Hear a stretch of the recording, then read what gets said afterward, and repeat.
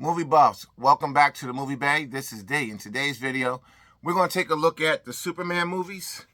We're going to take a look at the Superman movies, and I'm going to try to give you guys the definitive Superman movie, the definitive #1 Superman movie. And we're going to use pretty much the same metrics that we use for doing the Batman rankings. And we got 6 movies to take a look at. We're going to look at the worldwide box and the IMDb rating. Any controversies around the movies, which there really isn't any public controversies that would affect the worldwide box. There's some stuff behind the scenes, some production stuff between the rights holders, the Donners, who had the rights to Superman originally, but none of that affected the worldwide box, so we're going to exclude that. We're going to dive in and we're going to take a look at all 6 Superman movies, starting from 6 all the way up to 1. And let's start this thing off. At number 6, we got Superman 4, The Quest for Peace. The movie was a hot pile of garbage. Superman 4 raked in a worldwide box of $36.7 million. Let that sink in. $36.7 million. And it had a low 3.7 IMDb. Dollar store movies today can rank higher than that. And it came out in 1987.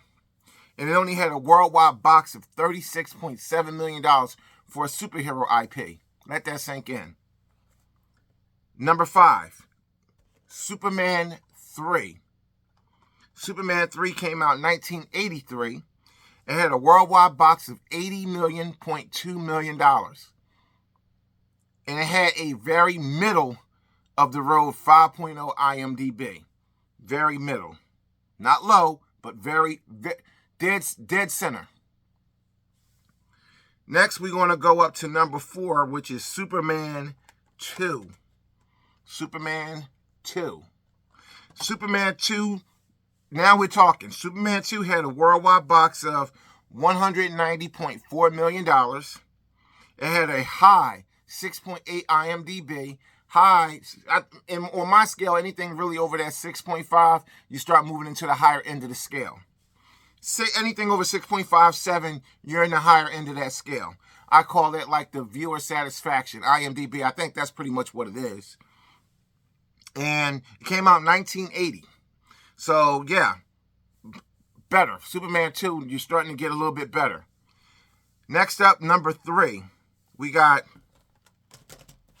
Superman Returns.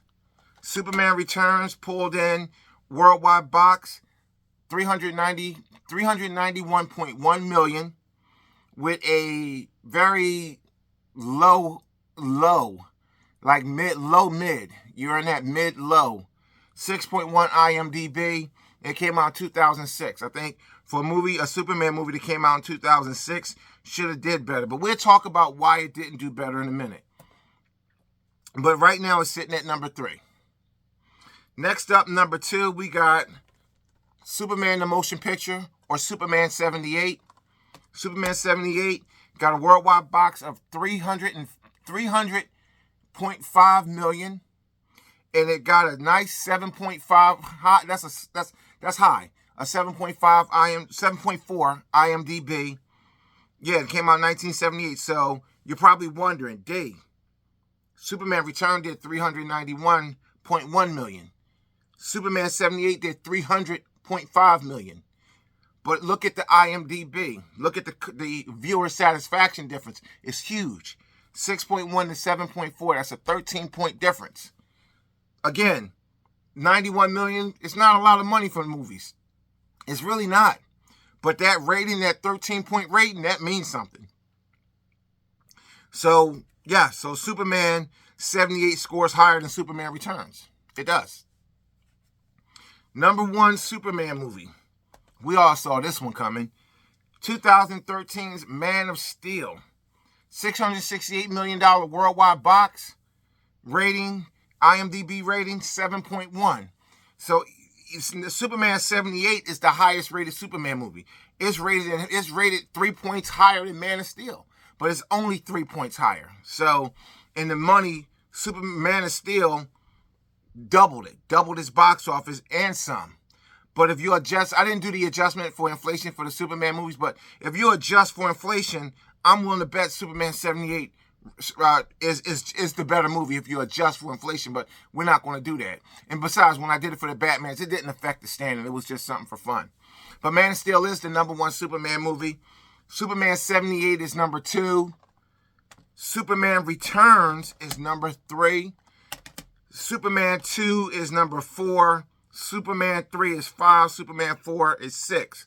So let's talk about Superman Returns. I think a lot of people didn't like this movie because, me personally, I think the movie didn't do as good because I think people was expecting more. By the time this movie came out in 2006, superhero movies was not really like as big as they are now. But I think people wanted a little bit more grit from that movie. It wasn't gritty. It wasn't, I think they was trying to make Superman, they was trying to make it feel like Superman 78 all over again. And I don't think people wanted that. I think they wanted a little bit more grit from that movie. Brandon Routh did a great job. He was a dead ringer for Reeves. When I first saw him on screen, I was taken back, like, wow, this guy looked just like Christopher Reeves. He had the Christopher Reeve mannerisms, the way he portrayed. He basically was playing Christopher Reeves as Superman. And I think people didn't want that. I think at that time, people wanted Henry Cavill Superman. I think that's what people wanted. They wanted a different type of Superman. They wanted it to be a little bit more than what it was. Kevin Spacey can't knock his performance in the movie. I think Kevin Spacey carried the movie. And I wanted to see a little bit more from this Brandon Routh character. I thought he did a good job. I think the public really wasn't really feeling him like that.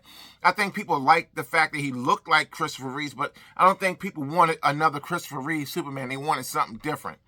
But anyway, it would have been nice to see a part 2 with Brandon Routh character. Maybe explore that dynamic between him and his son a little bit more. I think the worldwide box for this movie, I'm not sure what they spent. I didn't research the budget, what they spent to make the movie, but I'm willing to bet this movie didn't. If they made money on this one, they probably broke even and made a few extra pennies.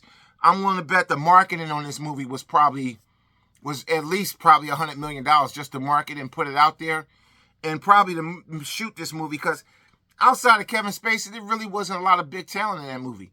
Brandon Routh was a nobody at the time, so I'm quite sure they didn't spend, outside of the special effects, they probably didn't spend a lot on that casting. They probably didn't spend a lot of money on casting. So the $391 million, they might have broke even on that one. I don't know, but I'm quite sure they didn't make enough money to make another one, because if they did, they probably would have made another one.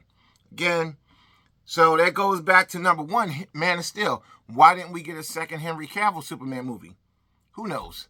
But anyway, that's my ranking. Well, that's not my ranking. That is the ranking for the Superman movies. Hope you guys appreciate it. Thanks for watching. I'll see you in the next one.